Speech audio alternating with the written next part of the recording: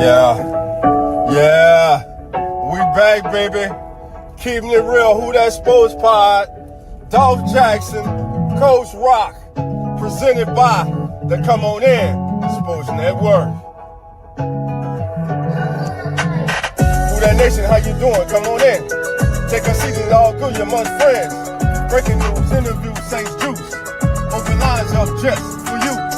9th Ward, 10th Ward, where you at? 12th Ward, 15, where you at? 3rd Ward, 17, where you at?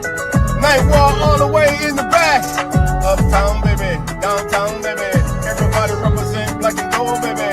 Uptown, baby, downtown, baby. Everybody represent black and gold, baby. Who that? Who that? Who that saying they gon' beat them Saints? Who that? Who that? Who that saying they gon' beat them Saints?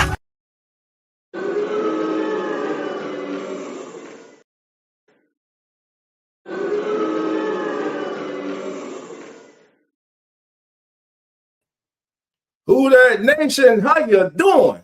Come on in, take a seat, sit back, relax, put your feet up, grab a drink, and let's talk about this New Orleans Saints team once again needing a head coach.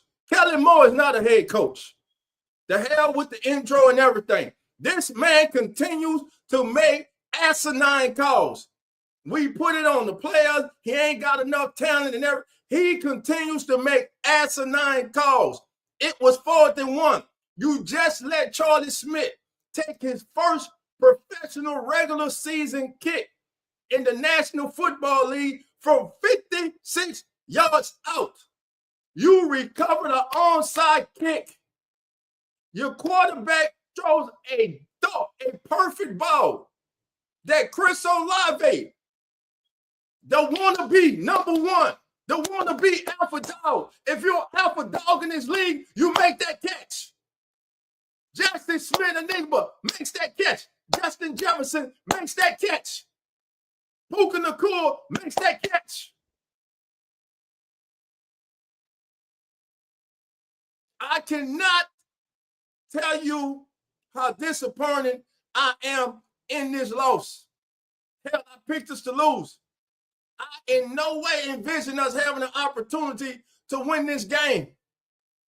And yet and still, to me, and if I'm wrong, let me know, but to me, this game was taken away from your young quarterback, Tyler Shuck, not by the Dolphins, but by his own head coach and his supposed to be number one alpha dog receiver.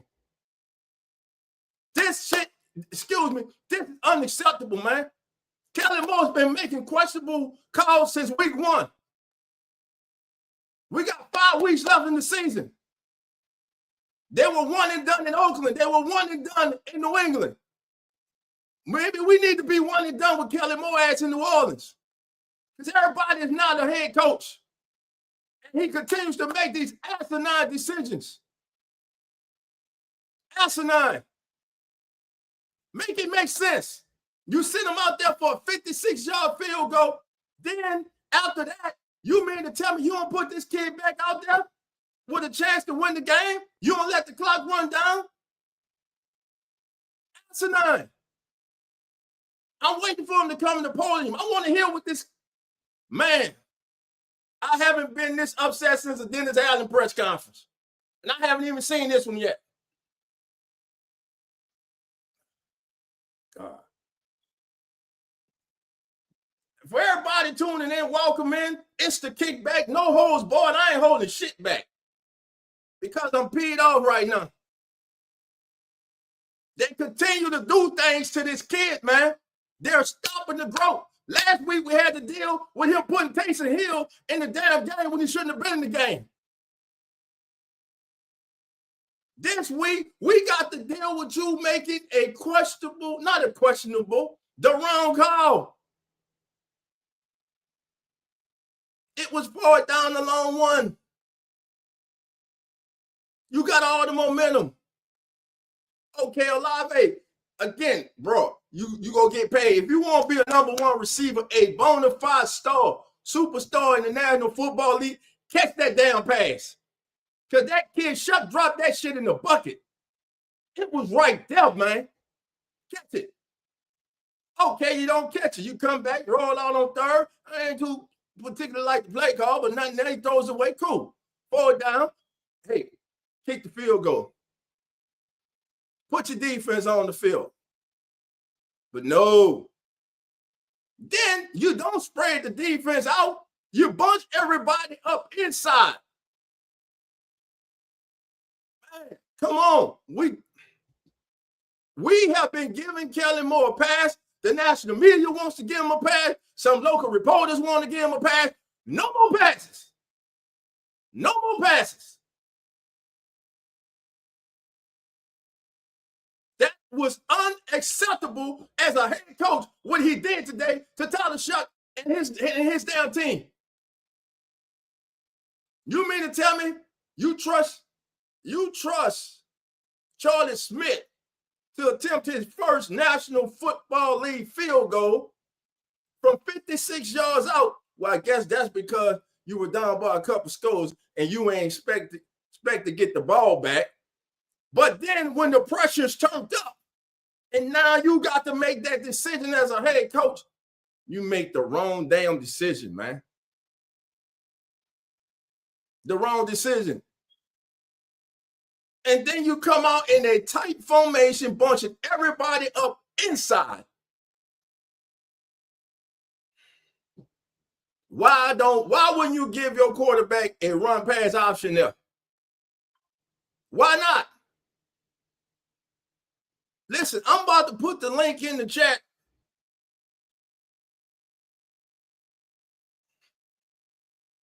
I'm just upset, man. I don't know about y'all, man. I'm highly disappointed in what happened today. Again, that, my friend, this game here, the end of this game is on 2 people. You see it on the screen, it's on 2 people. 2 of them. Mo and Olave. Fuaga too, jumping on sides. Now, on that 2-point that they returned, okay, cool, they got it. Chuck didn't get enough on the ball. That he got to learn from that. But you recovered the onside kick, and it was close. But you recovered it. You got the ball. You moving the ball. You take a deep shot, okay. 4 down. That's the play you call? That's the play you call? Come on, man. Make this make sense, fam.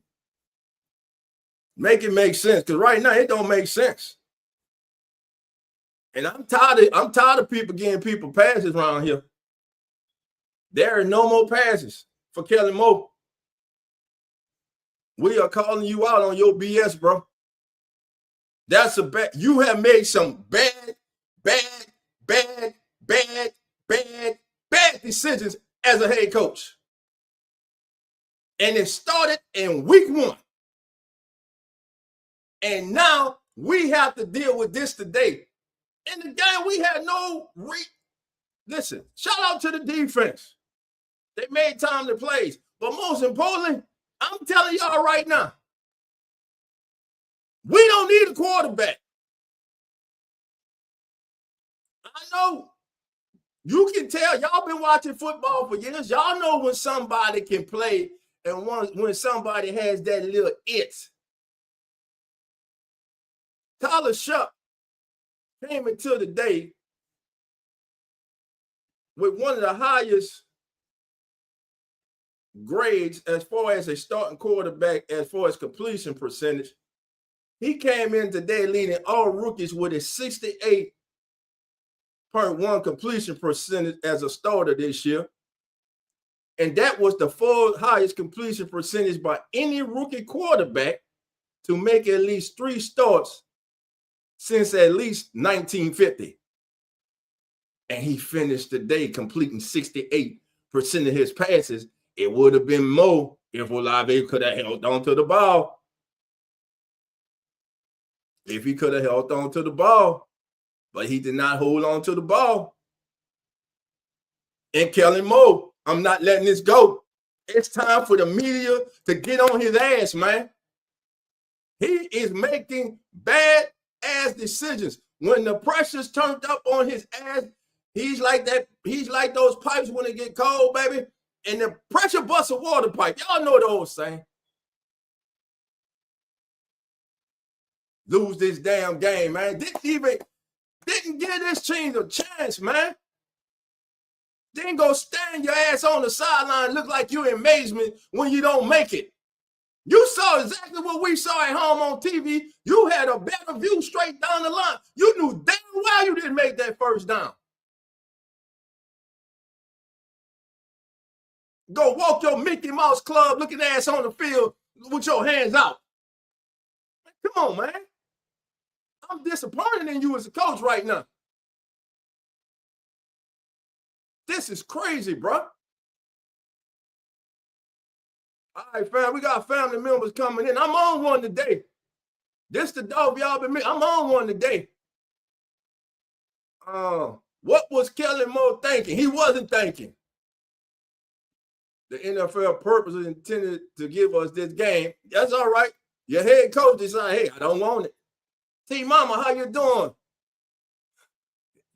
Man, listen. AKA the son, dog. Man, I'm tired of this, bro. Yes, it is ridiculous. Yes, Olave dropped the ball. He ain't gonna drop that bag they signed him to, though. Bet he won't drop that. He ain't supposed to, though. I ain't gonna lie. No, I wouldn't drop it either. But come on, Olave. You gotta catch the ball, bro. We should be sitting here right now talking about two things. Either way it go, we was gonna talk about Olave dropping that ball. But it would have had less meaning if Charlie Smith was able to go out there and kick the winning field goal and make it, and the defense was able to hold on to the lead. But we didn't get that opportunity. We didn't get that opportunity because of Kellen Moore's poor play selection and Chris Olave on a very, very well-placed ball, unable to make the catch. Again, if you want to be considered that dude, one of those dudes, elite, you make that catch. Big-time moments, big-time players step up and make that catch. You ain't big time yet, bro. You ain't big time yet. Expect more from you. Expect more from you. Kenny said Kellen sucks. You sound like Steve Harvey. I don't know who I sound like, bro. Sound like me. Come on, who that? This ain't the time for that foolishness. The defense done enough to win, man. What's your opinion on Detroit Lions? My opinion on the Lions is, man, my opinion at the beginning of the year, I thought eventually that they would miss their two former offensive coordinators. Their former coordinators. You don't just lose your offensive and defensive coordinators, no matter how talented you is, and things just keep working like clockwork, because those coming in, those are different verses. Those are different philosophies. So that's where I'm at right now with the Lions. All right, hold on. We got this clown at the he at the podium. Let's see. Let's hear what he got to say. Let's hear this foolishness from Kellen Moore. Just like any other play. And so, it's frustrating. Didn't get done. We kind of got to 2nd and 1, took a shot, 3rd down, took a pass, 4th down, just tried to get our 1st down because we still had our timeout in our pocket. And so we weren't able to advance it and get it done. Did you make a Charlie's debut and just for him to have a moment? Yeah, Charlie, I thought he kicked really well. Big time field goal. The onside kick obviously was really well kicked. Phenomenal kick there and put us in position to have a chance at the end. What led you guys to go with him over Gabe? Put a one in the chat, family, if you can hear with those guys. Obviously, he's got time on task with the whole operation. He was ready to go. He did a really nice job. we've been kind of waiting for that Devon Bailey breakout game, and it felt like it happened today. Just watching him being able to make those plays. And is that kind of one of those where it's like, man, finally we get to see him kind of operate and do so? Yeah, he's played a ton of snaps, obviously, for the last few weeks. The ball, naturally just hasn't gone to him necessarily. He's had a few targets here and there, and so I thought that's what we've seen of him throughout this entire year, and that's what we're excited about and what we're going to build with him. And so I thought he made some really big time contested catches in some challenging situations. He had a really good day. What do you think changed for the offense in the second half? Was it the tempo primarily, or what got you guys into it? Well, I think it's getting positive plays on first and second down that allow you to play in tempo. Obviously, we all want to play in tempo, but you can't play in tempo going 3 and out. So it doesn't provide that opportunity. I thought we were able to get some physical runs in that first drive coming out of the half. We were able to get some, 4 or 5 yard positive runs that led into some situations where we earned first downs, played with tempo. That drive progressed well. And so, there's certainly a path there that we need to try and replicate more consistently. Mentioned the 3 phases playing well defensively after the giving up that opening drive touchdown. I mean, you guys were able to hold in the field goals. Like, almost felt like it was a mental, like, don't break approach for what defense. Yeah, I thought the defense did a really good job of hanging in there. I thought, that first drive, obviously they made some plays. The response was really good. And they made a few plays here and there, and obviously we were able to force them into field goals, which I think was a key to giving us the chance. Does seeing like Charlie's leg strength throughout camp and all this time, like his first kick was a 56-yarder, just having that confidence in him to actually try that, was it just something you saw based on his time with you guys? Yeah, I mean, Charlie's earned this opportunity. We have a lot of confidence in him. He's worked at this thing for a number of years now. He's prepared himself really well. We have a lot of confidence in him. He obviously has the leg to make some big time kicks. That was a challenging situation, but it was a situation we needed to get some points there, and he drilled it, and it was a phenomenal kick by him. What did you make of Tyler's day overall? Yeah, obviously, like any day, like our entire team, we're going to have good plays. We're going to have plays that we want to have back. I love and appreciate the way he battled and responded all game long as far as facing some adversity early, and made some big time plays. The 2 touchdowns were really a little bit off schedule plays, and those happen in this game. That's what happens in football, and so I made some big plays there. How concerned are you over the slow starts on offense? Yeah, we got to start faster. Yeah, that's bottom line. I know we always talk about moral victories, and obviously the ultimate goal is Oh my God. to see what your team was able to do and stay in this. I mean, is there something you can take and move forward from what happened in this game? Every game has things we can take from it, both good and bad. The way our guys respond, the way our guys battled, I love and appreciate that. It's not easy. How about appreciating getting them an opportunity to win the damn game? Like that, and not having any points on the board, and feeling like you're not quite clicking. I thought our guys responded in all 3 phases. I love the energy and the juice. We came up short at the end, but there's going to be plenty of things to learn from this. I think Cam either tied or leads you guys in sacks. What we kind of expect him this season if he's having and him to be in this. Cam made $600,000 today. Cam's done a really nice job. He made some big time plays in this game. He's made obviously a number of plays the last few games. He's just been a very consistent player, and love the presence that he's brought to us. Was Justin anything serious? It was a knee, and we'll see how it progresses. Yeah, I'm team mom. I know he's coming back. What made you guys go with?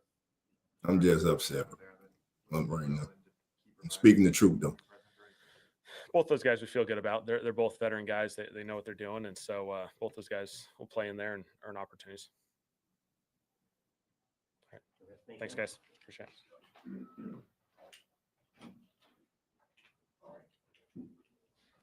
Come on in, Kool-Aid. All right. They say McKinstry is coming in. Well, I got to call him Kool-Aid. I got to call him Kool-Aid. Caught the intercept. He made that big 4 down step. So Kool-Aid in the building, baby. Not sugar-free. He was a sugar-free earlier. I'm kind of like the edge fitter on that play. Kind of just trust my instincts. It's kind of like just ran off the edge, and hopefully I can get the guy before he gets to the line of scrimmage. Just try to trust my speed to make a play. Did you feel that urgency? I mean, it was a stop you guys needed, and you saw kind of what unfolded afterwards. Yeah, man. I knew it was a play that we needed. We knew if they got the first down, it was going to be very hard to win the game. So, Coach made a good call, and we we executed it. Defensively, I know after that opening series where they kind of marched down the field and score, I mean, you guys were able to kind of, just hold in the field goals, kind of keep them in it. What did it say after that first series, how that defense as a whole responded? Well, after the first drive, like you said, we gave up 7, but I feel like we settled in. I feel like we do a good job of being connected on defense. You know what I'm saying? We talk about connection. We talk about being there for each other. We talk about playing for each other, and that's what we relied on. We didn't let that touchdown, just break us apart. We let that touchdown bring us together. Did you kind of see for your reception that play develop like the entire time? Yeah, I kind of seen it based off the call we was in. I kind of had my eyes in the backfield, so I kind of seen the lunch from the start of the play. And what does it say? Just, I mean, you guys were down 16-0 at half, and to get it to a point where it was, your 2-point conversion away from tying it up. Just what does it say about the kind of the fight and character of what this team is able to show? Oh man, just know we coming, man. Just know we growing. We working every day. Every day we in the lab. Every day we talk about who we want to be, and that's the team that we want to be. Of course, we want to win. Of course, we want to jump out in front, but we want to have that chemistry and that connection to be able to fight. Like we pride ourselves on not giving up. We pride ourselves on finishing and being tough. So Anything else for Kool-Aid? Kool-Aid, thank you guys.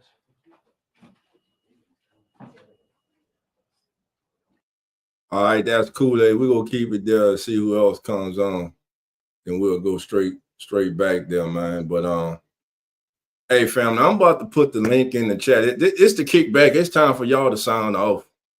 It is time for y'all to sound off about what we just witnessed, and it wasn't good. That's all I'm gonna say. It wasn't good, family. So there's the link, man. Kellen Moore. Questionable decisions all year, and today it hit the fan. Oh, all right, we got Cam walking up. Let's hear what Cam has to say, man. Those 2 sacks that you had in that first quarter. Yeah, first quarter we I think Brian Brzee had a middle interior push pressure. I thought he was going to get it. I was playing tight end screen because it felt like the tight end was light. Through him. And yeah, really, it was a cleanup. The first one was cleanup. One's for free. You got to go earn one. So the second one, I went to go earn. Rush from the interior spot on a rookie guard. You got to take advantage where you can. You knew he was going to bite. Had already planned for it. So then it was all about just collecting. Make sure you don't trick it off. After that opening series, what did, as a defense, did you guys just kind of focus on and figure out to kind of just hold them to a point where, like they're just kicking field goals and this game's so manageable where you guys can still get back into it? Yeah. For whatever reason, the last 12 games, our first or second series is the one that we have to worry about. And then we sort of settle in as a defense and play really well for the entire game. And you'd like to say we got to start off strong in the first drive. They end up touchdown after that. It was, field goals. And you look up and you're like, damn, I wish we could take some of those back. I wish we could have got the interception from Q Riley, which led to points. That's a big swing right there. I keep saying it's got to be on our defense. Talked a lot about how fast Tua gets the ball, but it seems like you guys are able to make him hold it today. What were you guys doing well?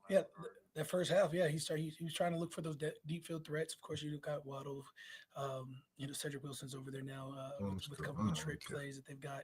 Darren Waller had a big throw, a big catch. You knew he was going to take some shots, and we had to take advantage. And then he got back to doing what he's been doing the second half, and that's getting the ball out quick. And after that, they sort of had a lead, and were able to rely on Achan.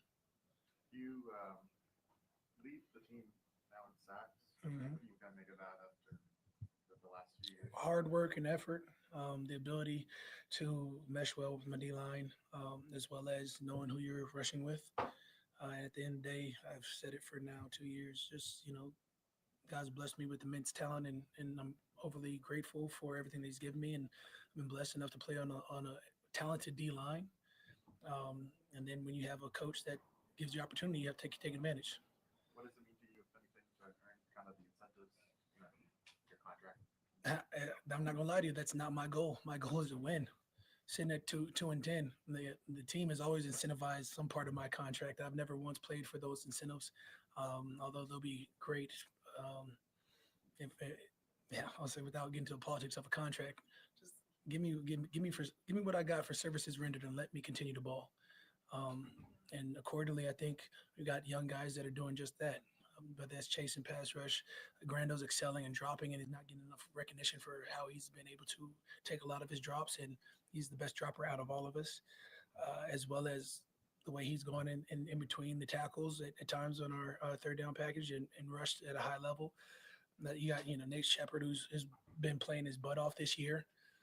There's a lot of guys on our D line that make you want to elevate your play. So the fact that if you say sack leader, well, I've been in New Orleans saying sack leader for a couple of years now. So just continue to push the envelope.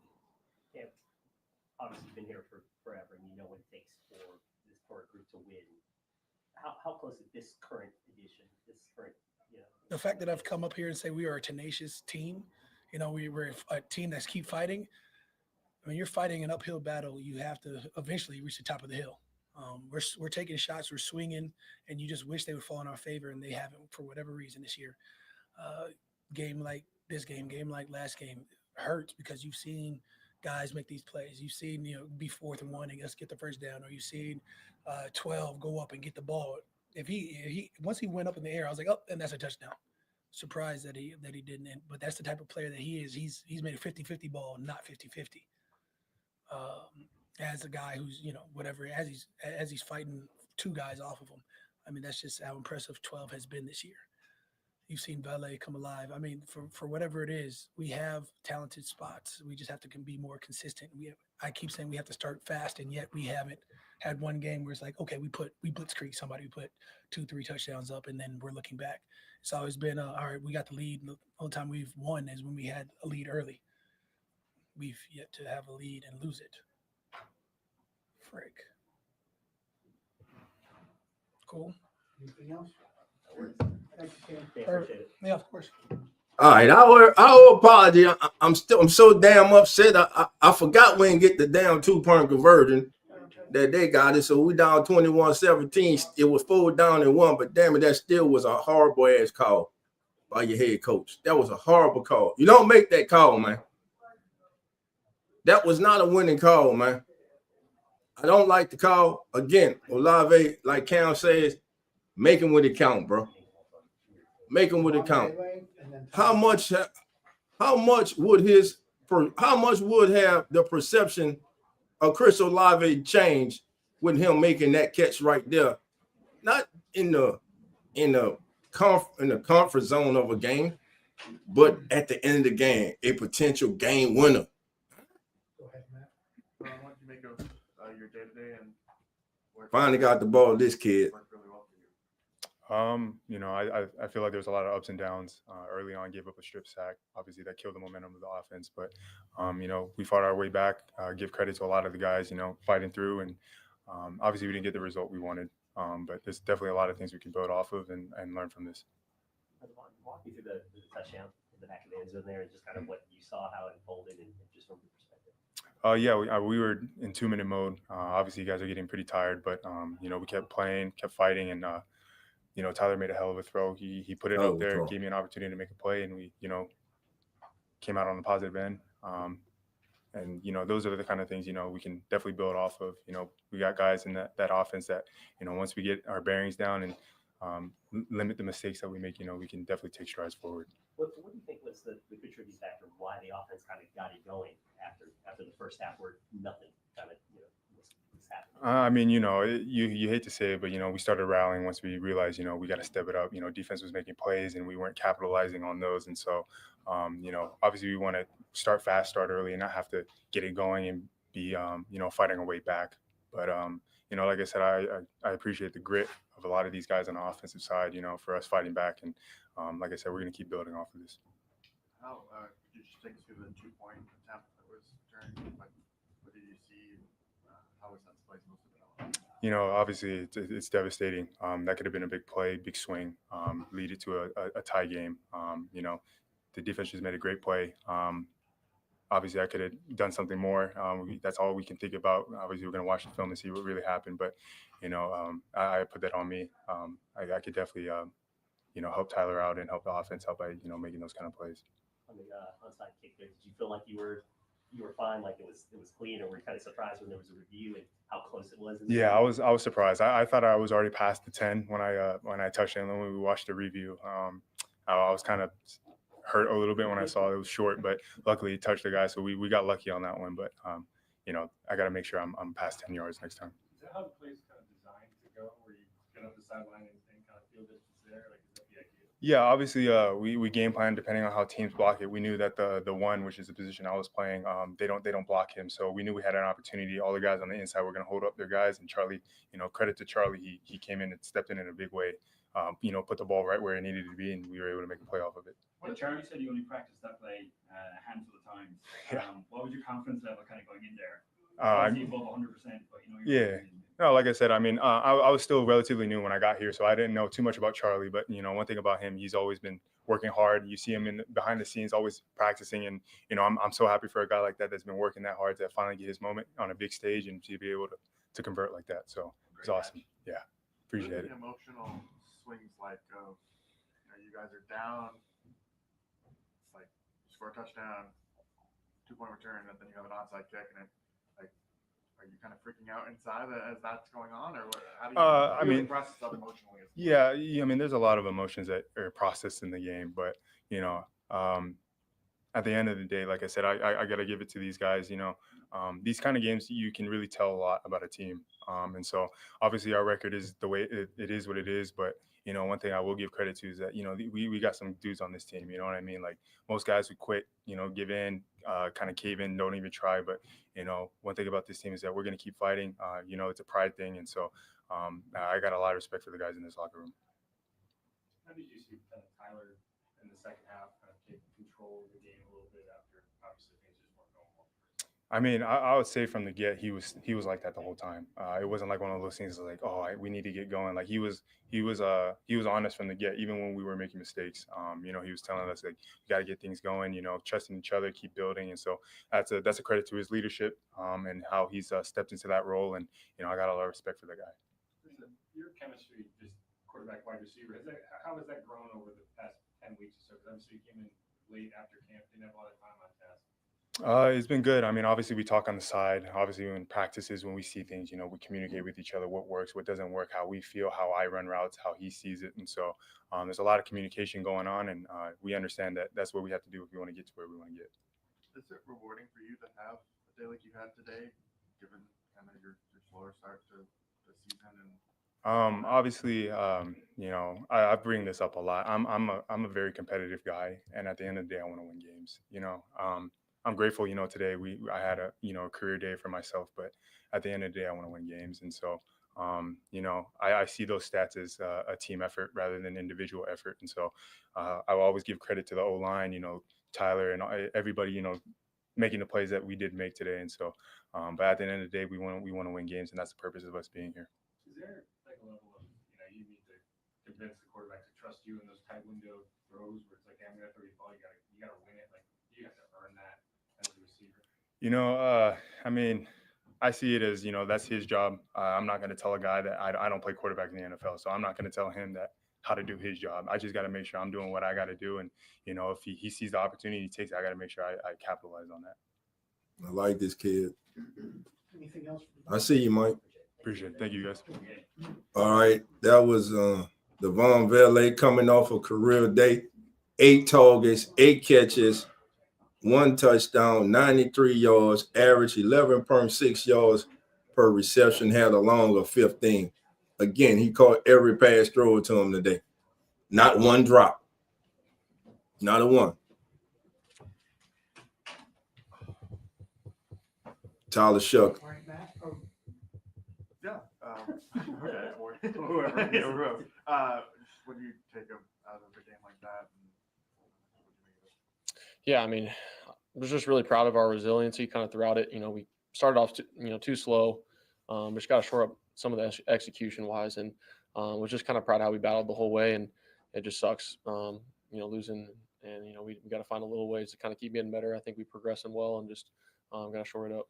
What are the emotions like where you guys are down, the touchdown, the 2-point attempt, and then the onside kick? Mm-hmm. How do you kind of keep calm in that situation, or or were you not calm? Like, how were you at the time?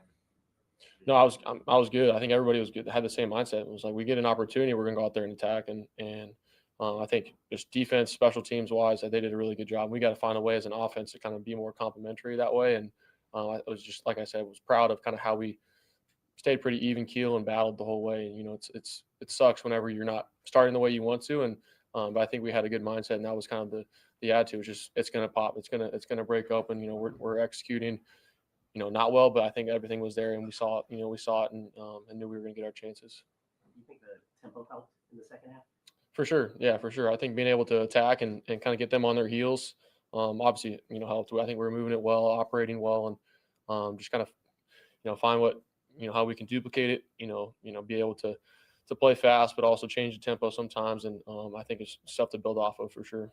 We were just talking to Vaughn about the big day that he's had, and just kind of the connection that you two have kind of had to build, you know, since he's gotten here. How like just assess how he played today, and just how he was, you know, one of the big targets for you. Yeah, he came up big. Just, I mean, for him, you know, he's super smart. You know, I think he has a great feel with his routes. I think he does a really good job. I mean, he's catching everything up. Some of the ball placements would have liked to have it been better, and he's making some really good big time catches. And so I was really proud of him. And I think there's stuff to kind of continue to grow off with all those guys. You know, I think a lot of guys stepped up. You know, Mason Tipton, Deontay Pettis, Kevin, you know, Evan and Audric, you know, kind of thrust into a new role. And I think everybody kind of responded that way. And we just kind of have to figure out, you know, how we can be more dialed in on some of those scenarios. And but I was really proud of Devon just because I think he's such a key player for us. Can you walk me through that 2-point conversion?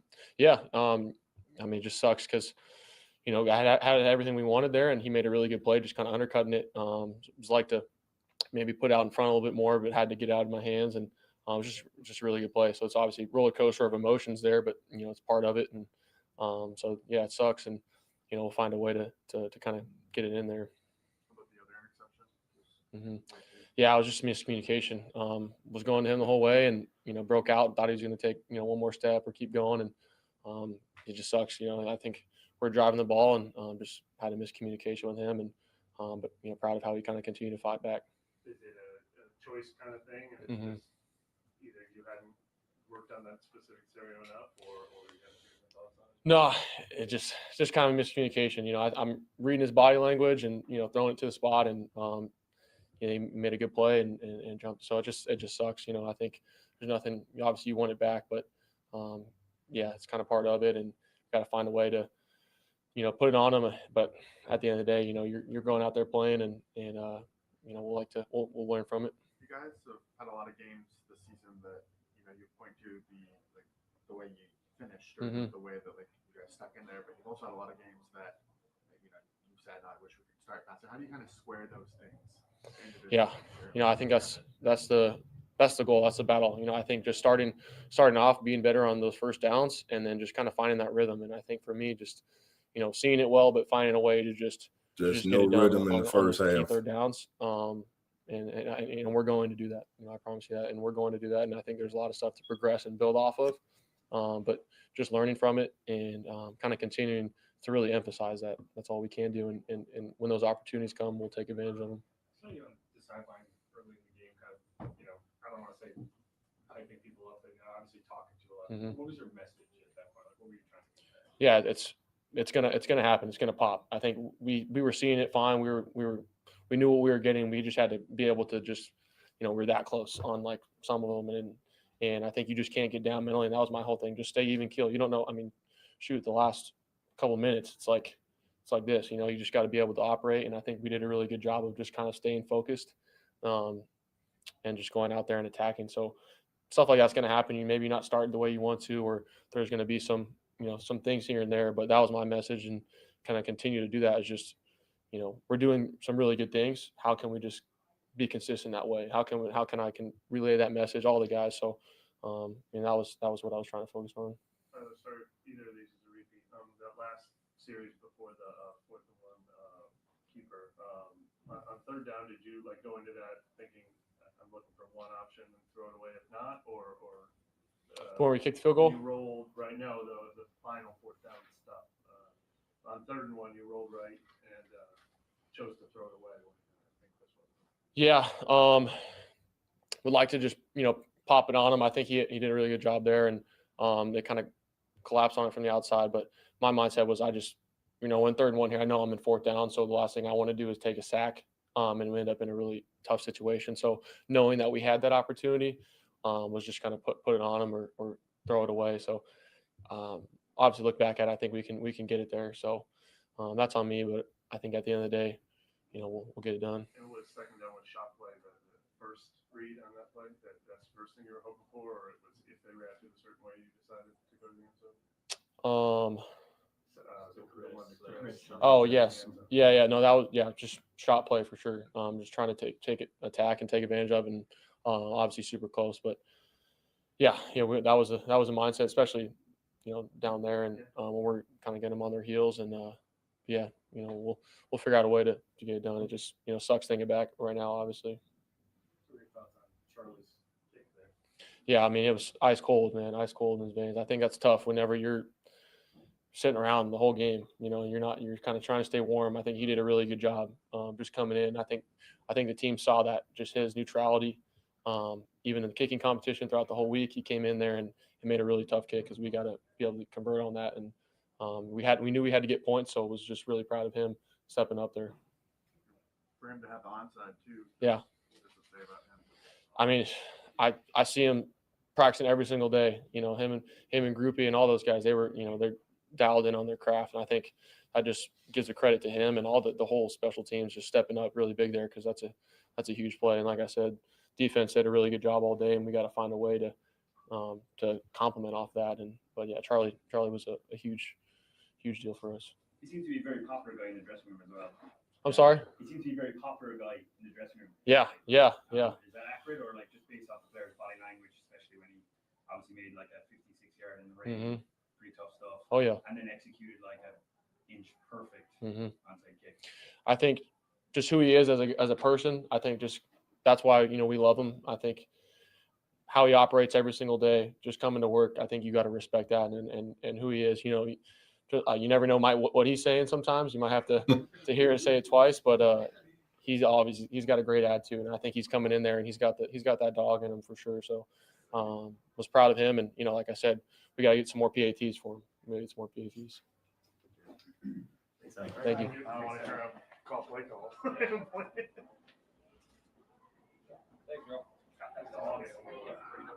We're done, right? Yes. All right, everybody, we are back here on the Saints post-game show. Thanks so much for being here. Scott Shanley, Ross Jackson here.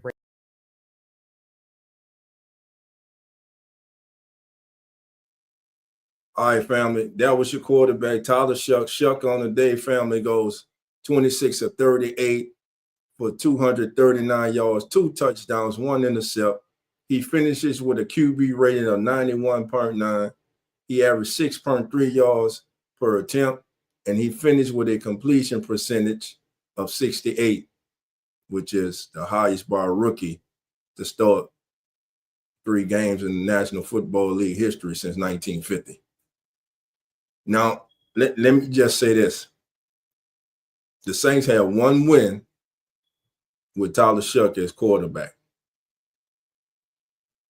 I know we got 5 weeks to go. But as we were listening to the Saints post-game chat, I was reading the comments too. And I see there are those out there who, no doubtly, without a question of doubt, are Spencer Rattler fans who are talking about get a quarterback in this year's upcoming draft. There is not a quarterback that is playing on Saturday right now that is better than Tyler Shuck. There is not a quarterback playing on Saturdays right now that is deserving of the number 1 overall pick in the draft, or deserving, in my opinion, to be a top 25 pick, a top 20 pick. To me, there's not a franchise-changing quarterback in college football right now this year that will be coming out.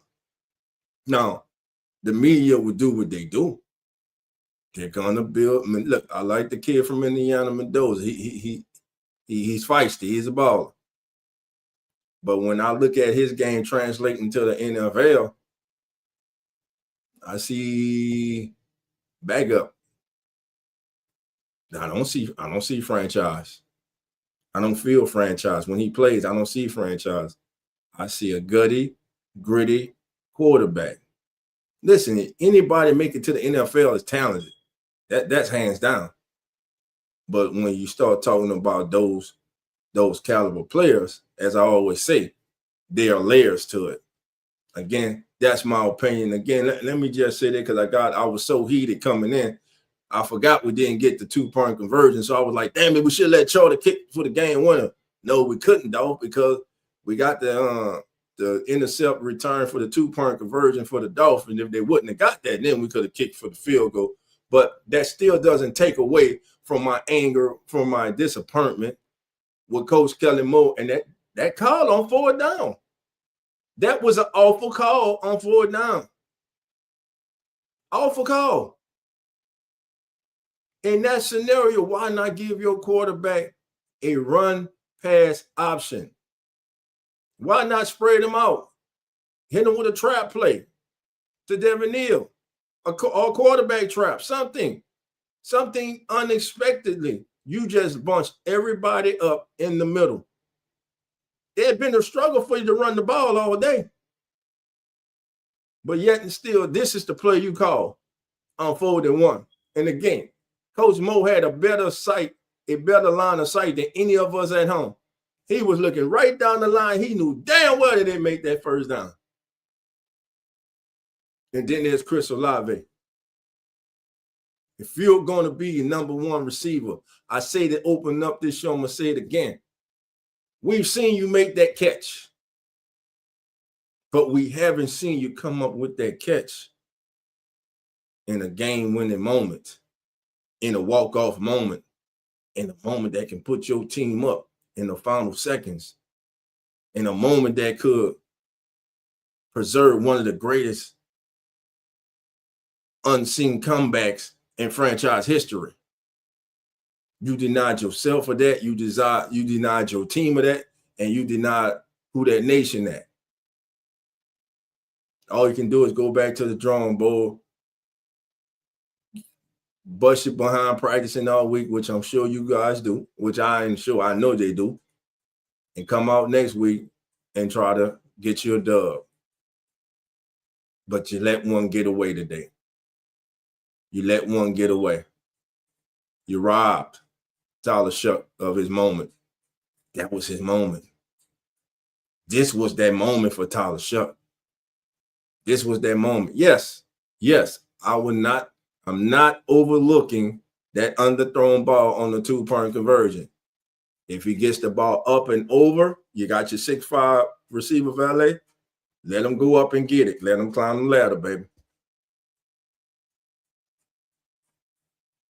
But Tyler Shuck showed everything that a franchise quarterback needs, right? Leadership, composure, making big-time throws and big-time moments, leading his team back from a deficit, putting them in position to tie the game. Almost had them winning the game if his number 1 receiver would have caught the ball. So that's what I got, family. I'm putting the link in. I want to hear from you now. Come on in. Let me know what you think. Disappointed. Saints fall 21-17.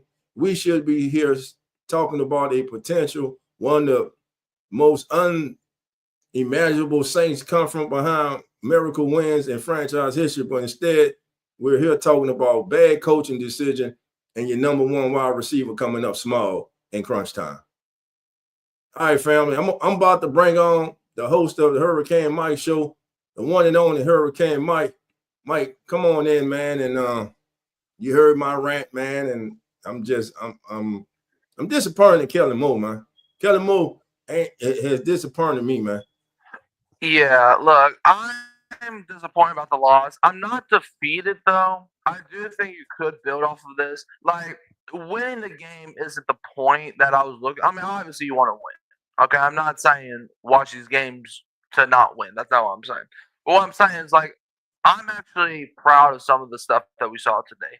Because look, we already know the season's over. So the only thing that we're really watching for this season is you want to see if your team can win games, but you also want to see what you have in this team and what you have in Tyler Shuck. And what I saw in Tyler Shuck, I saw a guy that showed that he's not afraid of the moment.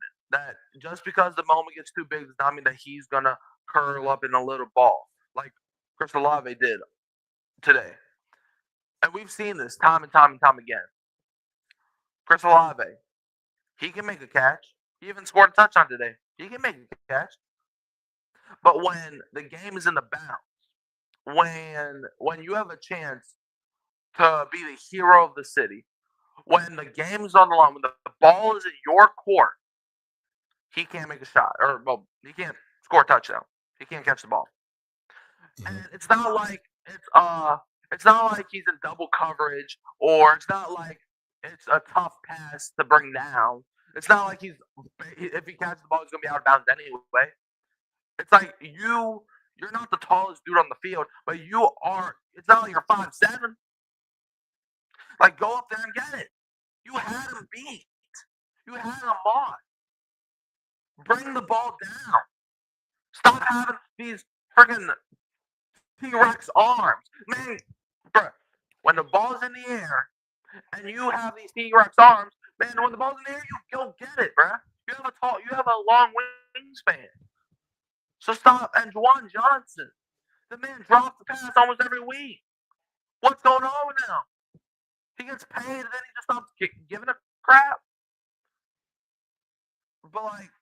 But even through all of that, I like the defense today. The defense showed us something today. After the Dolphins scored a touchdown the first drive, they did not reach the end zone again. I like that from the defense. Brandon Staley is improving week in and week out. And also, Quincy Riley got an interception, but the referees just having the blindfold on, not seeing that. So if that interception is an interception, they don't get the field goal. And if you score on that drive, and a lot of people forget, the Saints were in the red zone at the end of the half. They could have got points at the end of the half, but Tyler Shuck just made a terrible decision to throw the ball to Chris Olave when he was double covered. Now that I did not like, but it's like I said on the State of the Saints podcast yesterday. We are watching guys learn, like we are watching Tyler Shuck learn to be a quarterback in the league. We're watching Kellen Moore learn to be a head coach in the league. Now I'm not saying that like I even said on live on 4th and 1, do not run the ball. That's the last thing you got to do. Do not run the ball. You know why? Because Miami's going to have everybody and their mama in the middle. That's why I said don't run the ball. And if Miami gives you a look where you can run the ball, then they're just a stupid team. Don't run the ball. And what do y'all do? You do a QB sneak. That would have been a perfect time for one of those PA rollouts, Juwan Johnson for 5 yards. That would have been a perfect play for that. But if I was Kellen Moore, I would have been like, we're gonna do the PA rollout to Juwan Johnson. If he drops the ball, oh well. But like I said, it should have not even came down to that. Chris Olave should have caught the ball. I was the biggest Kellen Moore supporter in the head coaching cycle, and even I can admit he's not doing a great job right now. But it's like I said, he's learning to be a head coach. Tyler Shuck's learning to be a quarterback. We're not expecting wins. Like, we want wins. But going into the season, a lot of people could have told you what this team was going to be.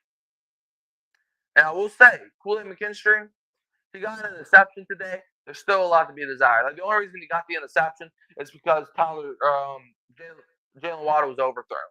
Because that could have been a touchdown. But, Kool-Aid, thankfully, too, was throwing him the ball. But it's like, with the Saints, man, like, a lot of things could have went right. Now, if we had, 5 or 6 wins up to this point, and if we're fighting for a playoff spot, yeah, I would be pissed off. Because this could have ruined our playoff hopes. But we already know the season's over.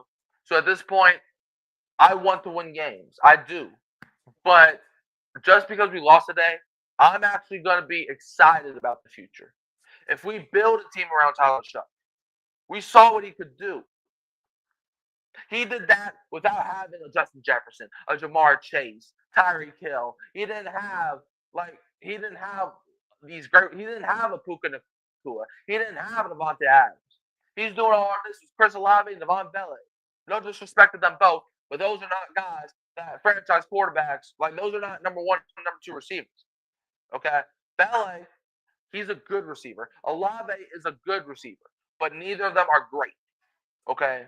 And if this team gets a great receiver, we could contend for division titles. Maybe not next year, but by 2027, if the Saints build a team around Tyler Shuck, I already made my decision. Don't draft a quarterback next year. I already made that decision. Now, if Mickey Loomis takes that decision, well, that's a different story. But I already made that decision. And like you said, there's not a quarterback in college football. Man, I was watching college football all Saturday and all Friday, and I saw a lot of quarterback play not going good. Marcel Reed, like, he is not an NFL quarterback. Arch Manning is not an NFL quarterback. Garrett Nussmeier, even though he didn't play, I'm an LSU fan, so I can say this, he's not an NFL quarterback. And I said that last season. Like, all these, like Lenore Sellers, all these guys are talented. They're not future QBs. Like, they can maybe win you games, but I'm seeing a lot of Marcus Mariotas. I'm seeing a lot of Zach Wilson. For guys where it's like, they don't kill you to watch, but they're not franchise guys. So, yeah, I mean, and Charlie Smythe, man, his first field goal, it was not a gimme. 56 yards. He made it look like nothing. So I think he has potential to be our franchise kicker. And it really, really sucks that if that 2-point conversion does not go Miami's way, we could have won this game. But the ball didn't fall for us. You can't be putting this on Olave. Why? Why can't we put this on Olave? Why? Tell me why. He's supposed to be your number one receiver. We can't be putting what? We can't be putting this all on Olave? Why? The ball was in his hands. It wasn't like it was overthrown or underthrown. It was a beautiful pass. And at that touchdown, I'm not saying, like, okay, if he scores that touchdown and Miami still goes down the field, gets a field goal, and we lose in overtime, so be it. But when you don't even have that chance, I would rather lose like that than lose with Olave. Why can't we put this on Olave? Give me, other than that touchdown he scored in the third quarter, what has Olave done all season to be like, Like, he's had some good games. I'm not going to say he's had a terrible game, but why can't we put this on Olave when the ball is in his hands? No. I put that up. Yeah, go ahead, Mike, because I was about to ask him why I can't put it on Olave when he's supposed to be. The reason I'm putting this on Olave is he's one of the people to blame for it, and Kellen Moore and Tyler Shuck, okay, and the offensive line for not getting the necessary push on that call, though it still was a horrible call to bunch everybody up in the middle of the damn field. But as Mike has said, which everyone has said, which everyone has seen, again, if you that dog, if you that alpha dog, you that number one receiver, you that true 1A receiver, you make that catch. Jackson Smith of Nigba makes that catch. Justin Jefferson makes that catch. Jamal Chase makes that catch. Puka Nacua makes that catch. Hey, you ain't gonna like this what I'm about to say. And I don't believe I'm about to say it. I can't say it because he's a Falcon player. I can't say it because he's a Falcon player. But I can't. Look, I didn't watch it live, but I watched some replays. I watched this man, Odell Beckham, catch a pass with 3 fingers getting pass interference. So if he can make that catch, I watched Justin Jefferson against the Bills a few years ago go like thieves, like a Michael Jordan type of catch. I watched Garrett Wilson last year do a Michael Jordan catch. So why? But why can those guys make those catches, but Olave can't make a catch like this through the hands? So why?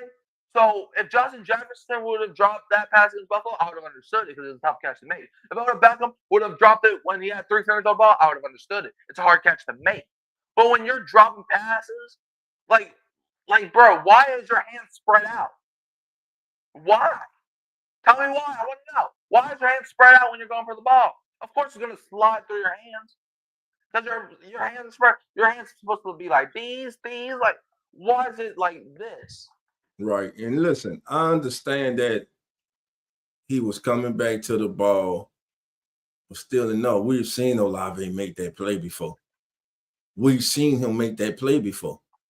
And my thing is, we've seen him make it, but we haven't seen him make it in crunch time, in the big time moments. That if he makes it right there, like Mike said, if he makes it right there, Saints lead this game.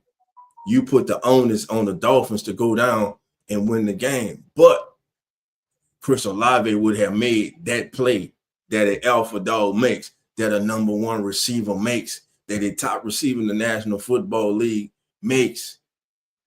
He didn't make it this time. Got 5 more games left in this season. And I'm not here to allocate that the Saints don't resign Olave either. I'm just saying Olave is still a young player. There are areas for him to grow. And that's one area he has to grow in. Yeah, you got to come up with the big time catch in the big time moments.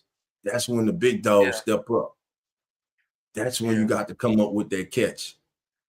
And listen, he was double cut. It was between the corner and the safety. The ball placement. Hip too shy. How you doing? Come on in. Says, I agree. There's no quarterback in college better than Sharp. There's not, man. There's not. No. There's not. Again, just forget the wins and losses. I even hate saying it, but we lost. But in the big picture, right. What do we want to see each and every week? The most important thing we have right now is seeing if we have a quarterback that we can possibly build around going forward. Do we have our future franchise quarterback on the team right now? Now, I'm personally, after seeing Chuck play these past couple weeks, to me, it's trending towards yes. Yeah. Now, I don't know about y'all, but I watched this young man today under constant pressure from my offensive line that was shaky at best. Really no support from the running game. Though Devin Neal did run for almost 50 yards a day and had like 22 yards receiving. Not bad for your first career start. But Tyler Shuck, again, he did everything a starting quarterback in the National Football League is supposed to do today. Right. That's right. Okay. What about? And I already hit the Rattler supporters out there. But you just go magically overlook him throwing that horrible ass pass that led to the 2. No, because if he doesn't throw that, Saints need a field goal to win. Saints might win. Saints might win the game on field goal. Even though they might get the field goal, that's not saying you still might lose. But the thing is, you have to put the pressure on Miami, not the other way around. So when you're number one, when you throw that interception, it sucks. Yes, it does. I'm not trying to argue that. But when it gets to you shouldn't have why are you going 3 and out 3 straight times to start the game? Right. Do something in the first half. You shouldn't come out sluggish and then that's the problem though. You talking about your first 15 plays are scripted. And I'm gonna say it again. I don't know what the hell this offensive coaching staff did in the bye week where they were supposed to self-scout, but they need to do Dr. Who or Dr. Strange and go back, make them a portal and go back and do this shit over with. Because what they done came out with after the bye is straight garbage. It's garbage, man. The slow starts by this offense in the first, and I don't think he was giving him the play calls to be successful in the first half. And I understand by a lack of running game in the first half because that offensive line, and I tweeted about it on X, they were not getting the push up front. The Dolphins were beating them to the punch. The Dolphins were resetting the offensive line of scrimmage on the other side of the field. Yep. They were chasing down backs down the line. They were scraping. Linebackers were scraping, making plays. They played a good first half. Saints offensive line didn't in the run game.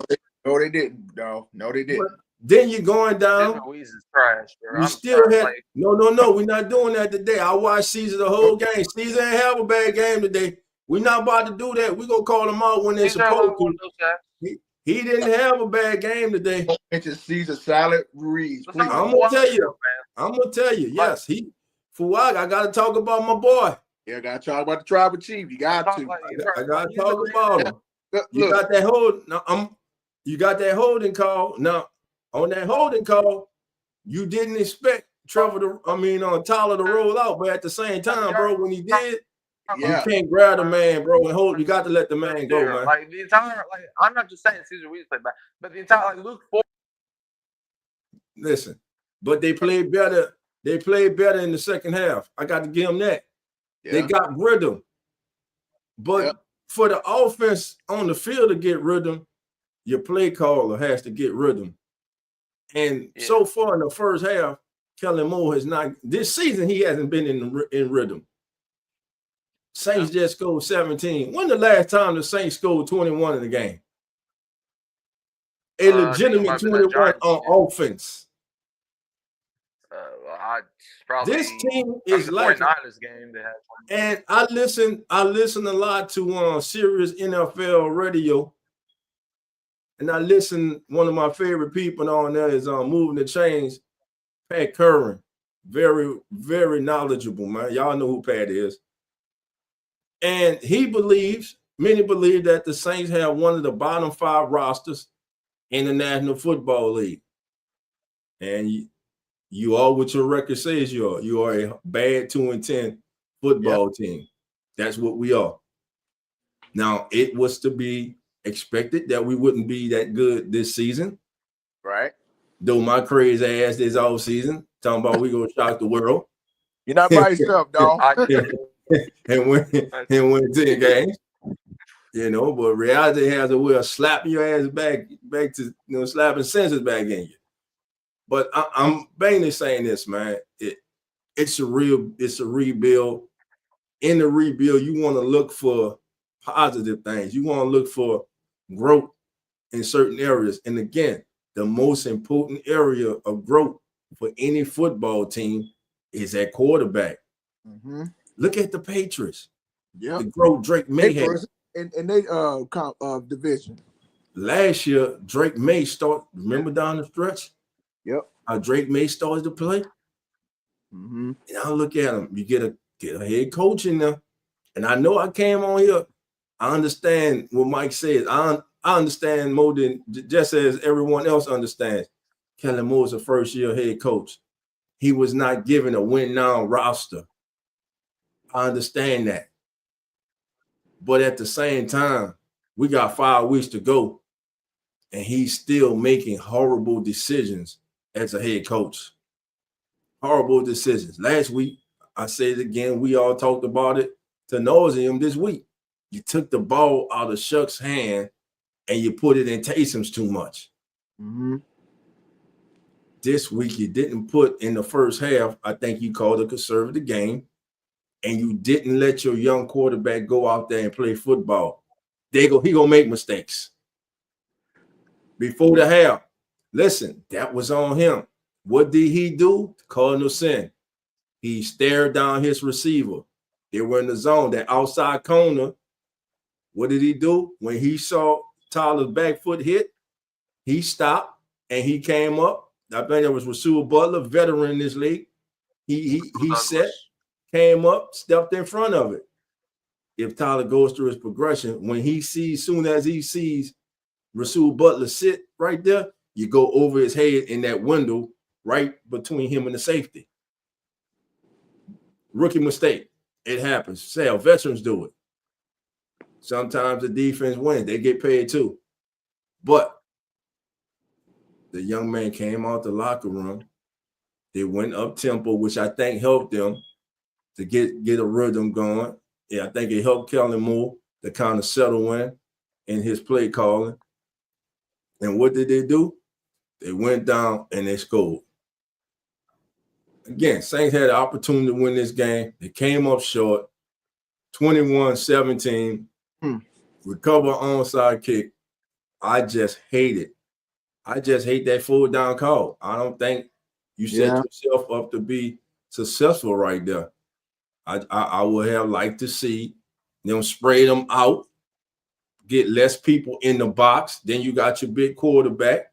You could have had the fullback line up closer to him, spray them out, hey, and shove them from behind, go get that yard like that, man. You know, but it is what it is. Saints come up short. Go ahead, Jerry. They still had a chance to win the game. Right. Yeah. But hey, it is what it is, dog. Mikey. Yeah, I'm listening. Yeah, I'm just saying. I mean, that what you were saying, dog, about that fourth down call. I know you weren't pleased with that, and I wasn't either. At least you could have did a nice little screen pass, to get the first down and still had a chance to win. But they weren't thinking like. See, that's the thing, dog. They don't think like what we think, what they're gonna do, because they might. Who knows? Sugg might throw a deep pass like he did to Olave. He might throw one to Belay. He might throw a deep one down to I don't know, either one. But it didn't happen. So it is what it is.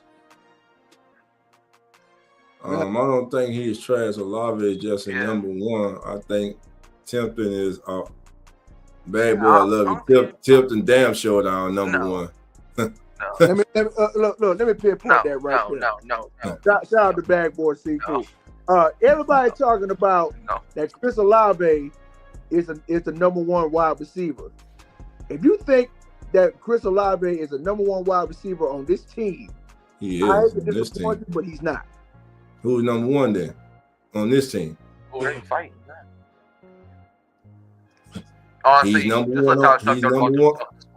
He's number one on this team, Jerry. He's number one. He gotta make that boy. He gotta make that catch, Jay. He gotta make that catch, Jerry. He has to. Oh, yeah, and that catch was crucial. Yeah, it would have gave them the lead. It gets no more crucial than that in the latter stages of the game. It gets no more crucial than that. Yeah.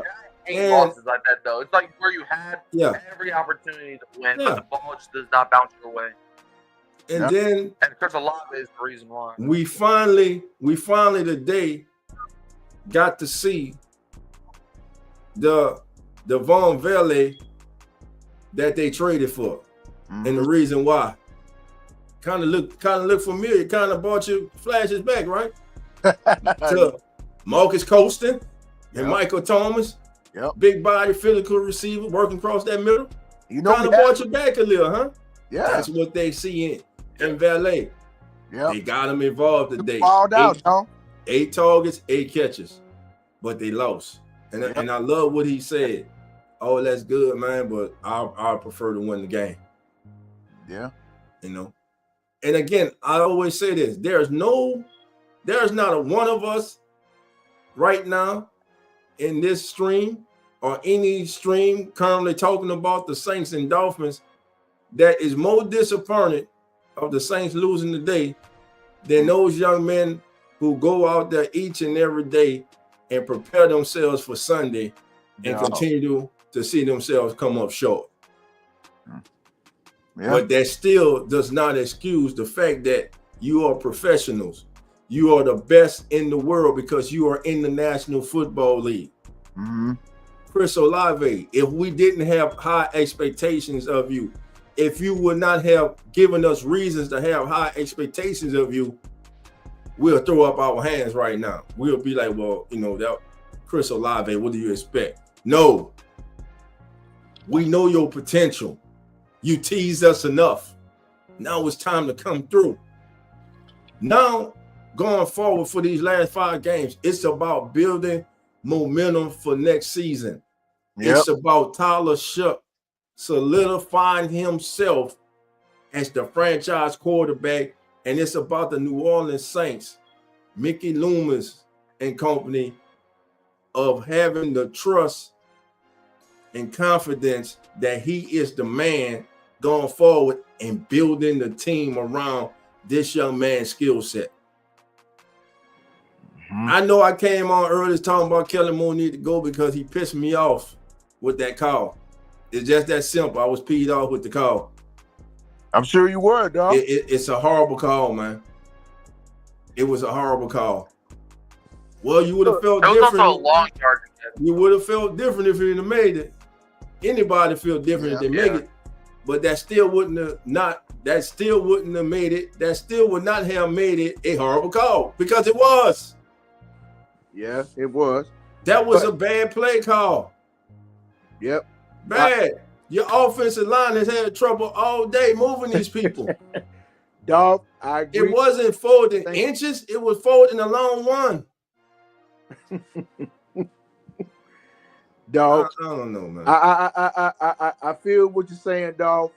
But you know, everybody is coming at Kellen Moore like he ain't nothing. Like, he trash. He need to go. You got to understand, this is his first year as a head coach.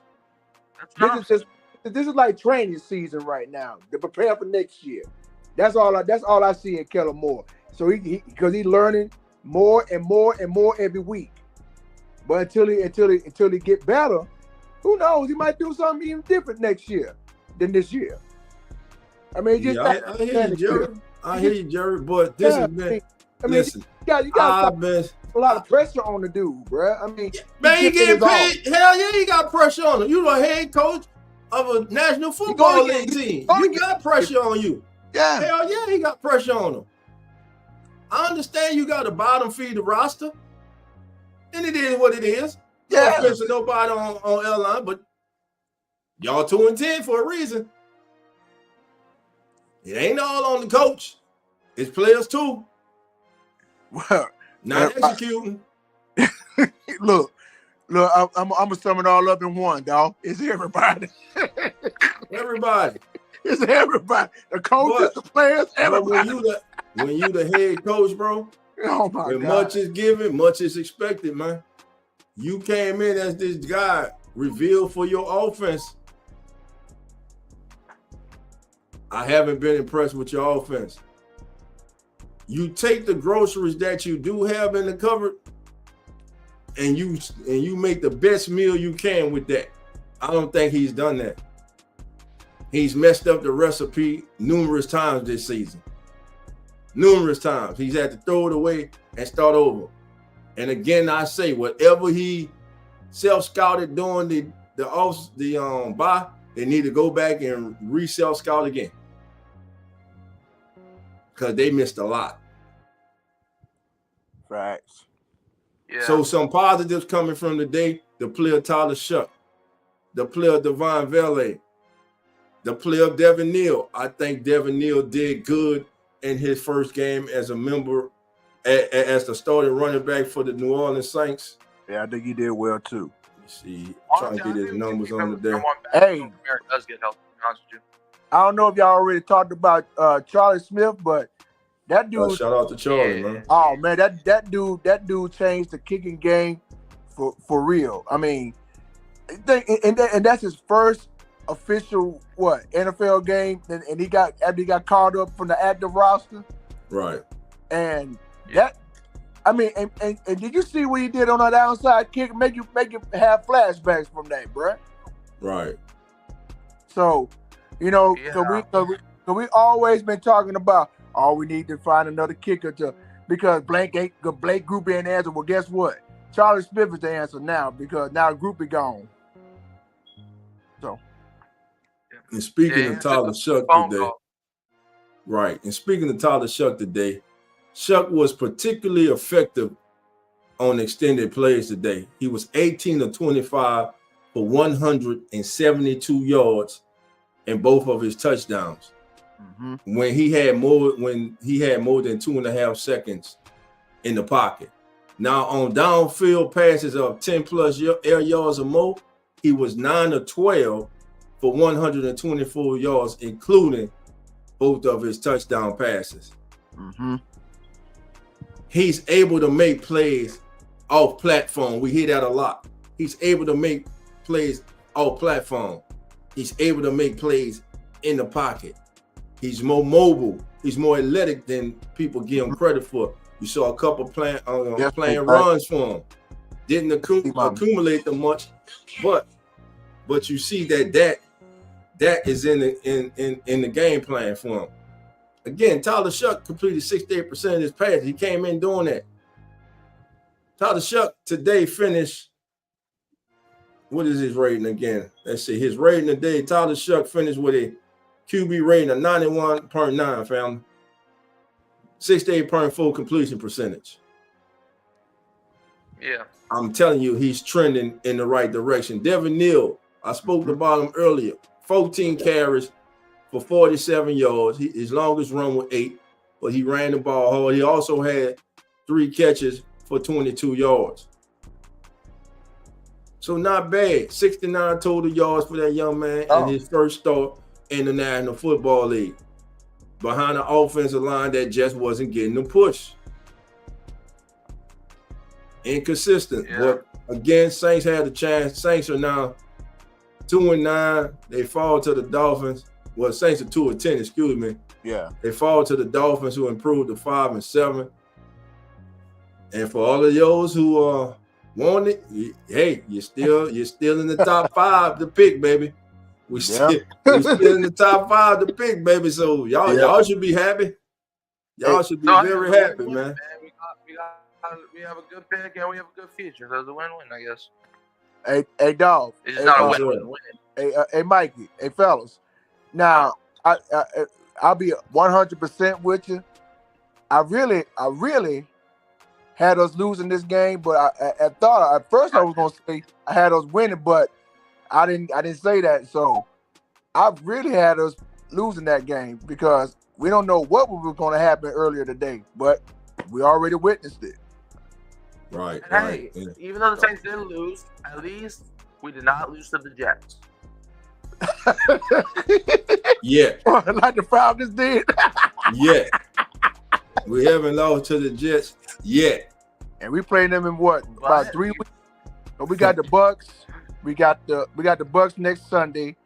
We got the Panthers the following Sunday, and then we got the Jets after that. So yeah. Not yet. Not yet. We ain't lose to them yet. Just wait.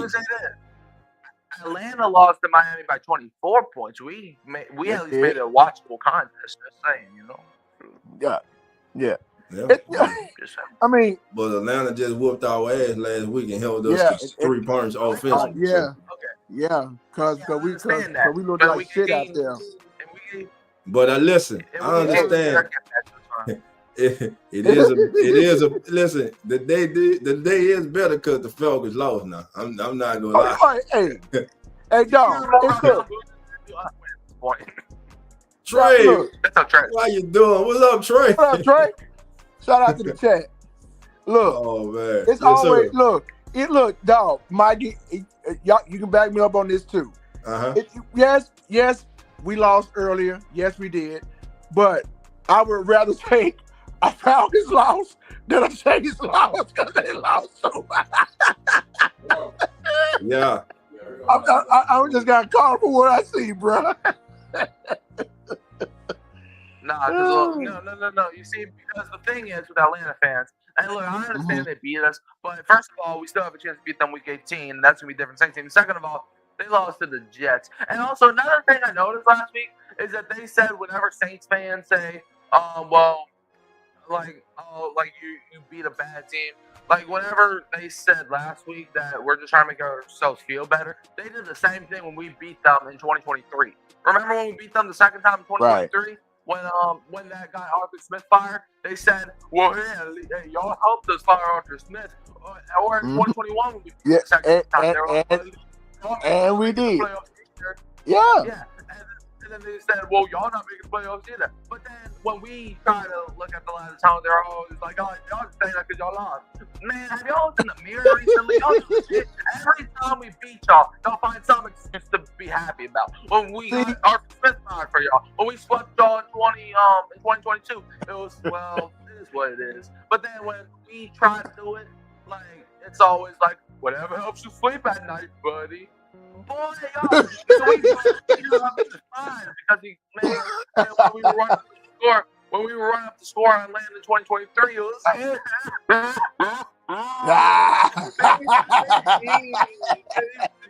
Family, how you doing? Come on in. Boy, man, I'm telling you, man, these Look. people so bipolar. I'm telling you, when you beat Atlanta, it's always like whenever we beat Atlanta, they always try to find something to. But when we do it, it's y'all just don't always trying to find ways to try to get under our skin. I look, Mikey. I taught you well, man.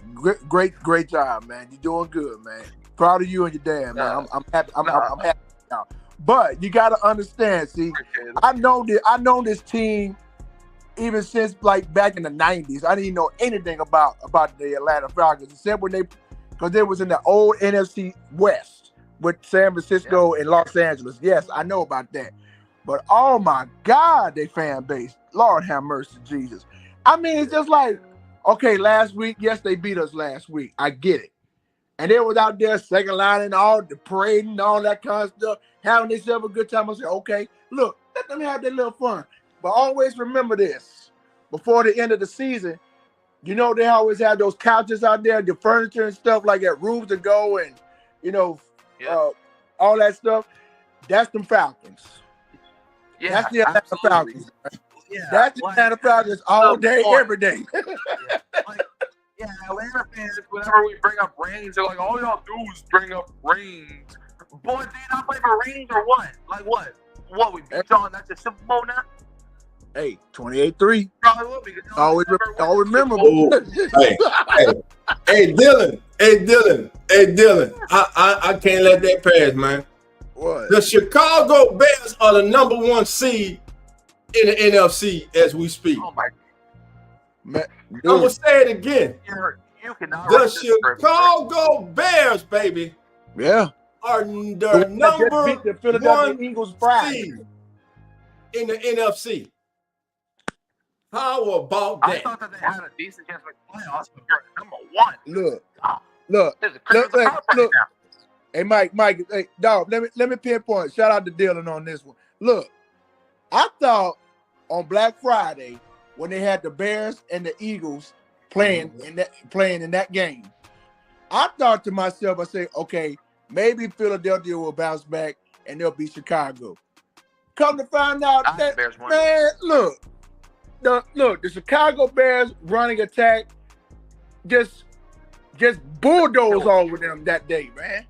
I mean, it's ridiculous. If they did them so hard, all the Philadelphia Eagle fans was ready to walk out the stadium early. I mean, it was crazy. They were doing.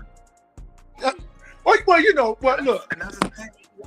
Yeah, that's the thing. Who seems to more left by the They call themselves the city of brotherly love, but when it comes to like the Philadelphia Eagles, the Philadelphia Phillies, the 76ers, the Flyers, when it comes to the opposing teams, not so much. You might as well call yourself the city of hatery love because every time you have an opponent come in, y'all love the boo. That's y'all nature. So here we go. These are current standings in the NFL playoff tree. The Bears, baby. The Patriots and the Bears are the both 1 seeds, and they both had like top 5 picks last year. So that's what I'm telling you, family.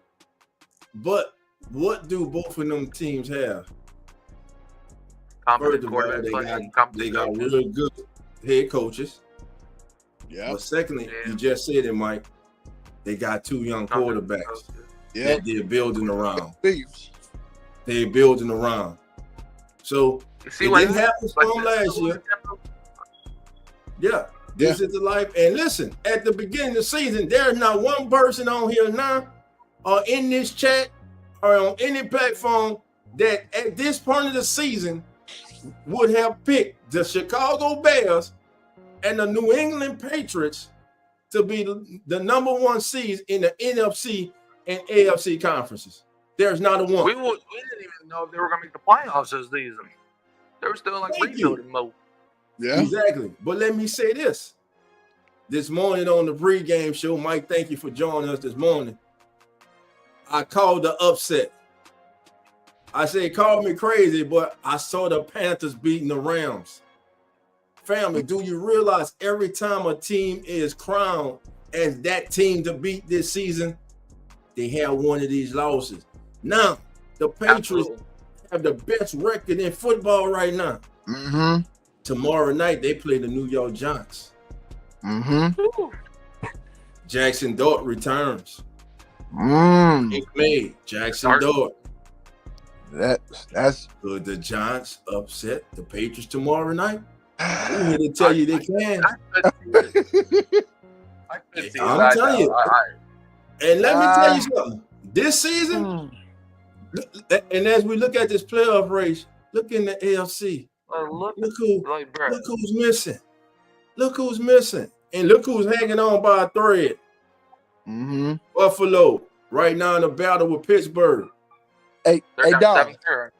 Hey, dog. If you saw that Cincinnati Baltimore games Thursday night on Thanksgiving night, oh my God, did Baltimore get humbled that night?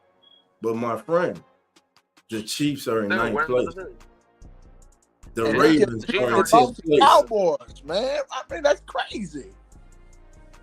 Well, the Cowboys got a hold on. Jerry Cowboy got a hell of an offense. Number one offense, bro. Man, dude. No, they got the number one offense in the NFL. Y'all ain't about to do that. They got number one offense in the NFL. And they beat the Chiefs' ass. Look, and they beat the Chiefs' both ass. the Eagles and the Chiefs. Look, they beat the last two teams that played in the Super Bowl last year in 1 week. They beat Philadelphia last week, and they beat Kansas City on Thanksgiving Day. Give them their respect, and that's why people don't want to see them in the playoffs because they're dangerous. As much as I don't like the Cowboys, I got to give credit where it's due. And then look at number 8, the Lions. I said it earlier. You don't lose your 2 top coordinators, your offensive defensive coordinator, and everything just is rock all good. Dan Campbell took over play calling duties. Right, team mama, they do. That was a sign of a team in desperation. That's the sign of a team in desperation. Dan Campbell took over the play calling duties. All respect to Dan Campbell. When people talk about Dan Campbell, they don't talk about him in the same breath as a McVay, as a Shanahan, as a Peyton. And that's with all due respect. He had to take over play calling duties. They're 7-5 on the outside looking in. They are 3rd in the NFC North. The Bears right now have a 2-game lead on them. The Packers have a 1-game lead. The Packers just beat them. The Packers have swept them. Yep. They lose the head-to-head tiebreaker with the Packers. The Packers are 6. 49ers won today. So now there are 2 games behind the 49ers for the final playoff spot. I mean, talk about go take a major collapse by the 49ers for the Lions and the Cowboys really to get in this thing. The Cowboys' only hope will be if the Eagles are collapsed and they're 8-4. They lost 2 in a row. So we shall see how it goes here. Now, but we go back on the bubble. Texas with a big win today. Yeah. Pittsburgh, Buffalo, you better win. Yeah, well, they just went into halftime and Steelers up 7-3. They're going into halftime now. But the Texans are right there. The Texans are right there. And what has happened to Buffalo? Defense is the problem in Buffalo. But we keep saying defense is the problem in Buffalo. Offense too. Dog. Let me pinpoint you right there about the Texans, bro. You saw what happened a week ago when they played Buffalo. That defense of the Houston Texans shut down Josh Allen and that offense over there, man. I mean, they just my God, dude. I mean, hold on, fam. Hey, family, listen here, man. Listen, my sister's in here, man. Our sisters in here, and first of all, sis, let me tell you, I'm happy to see you in here. Want to let you know know that I love you. We all love you. Love you, Pammy. Our sister, man, she has gone through one of the most difficult things in this world. She lost her mother. It's been a trying time for her. Oh. So Pammy, we want you to know, sis, that we love you. We're praying for you and your family. You're our family. Yes. And we are with you. And I'm glad to see you in here, laughing, smiling. I hope that we can bring some joy to your day to day. But just wanted to let you know, sis, that we love you. And everybody in the chat, man, reach out to our sister, show her love to love you, Pammy. Our Pammy Whammy. Love you, sis. God's got you, Pammy. We love you. Most definitely. Most definitely. So, like I was saying, man, like Pammy said, look, she loved the Lions too, but the Lions are struggling. Yep. They're struggling. Hey, they open up Thursday night football this coming week. Yeah, they play Dallas. That game is gonna be one for the age because the loser of that game is gonna be like probably impossible for them to make. Hey, you don't owe me no thank you. Hey, you know what I'm saying? That's what family's for. We here, we got you. But most important, God got you. Amen to that. You go be fine, baby. Look, you go be fine. I'm gonna say it a little bit, and I'm gonna go back to you, dog. Yeah. I learned every day that failure is not an option when it comes to God, because He can do anything and everything but fail. Yes, so, sir. Pammy, we want you to know that we love you. We're praying for you. God's got you. Amen. Yep. Amen That's to that. That's all I got to say. I ain't want to play it, man. There you go. Well said, Jerry. Well said. All right, man. I'm getting back to this playoff picture, man. The Chiefs and the Ravens are in serious jeopardy of not making the playoffs. And for good reason. Right now, the Chiefs and the Ravens are average football teams.